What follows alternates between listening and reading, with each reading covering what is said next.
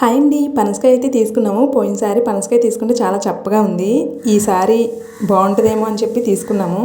Smell అయితే గుమగుమలాడిపోతుంది. చేతుల నిండా ఆయిల్ వేసుకొని కట్ చేసాము. కట్ చేసిన తర్వాత కలర్ అయితే సూపర్గా ఉంది. స్మెల్ అయితే గుమగుమలాడిపోతుంది. మా వారు కట్ చేసి అవన్నీ గిన్నెలో వేస్తుంటే నేను కూడా ఆ తొనలకున్న పీసులన్నీ తీసేస్తున్నాను.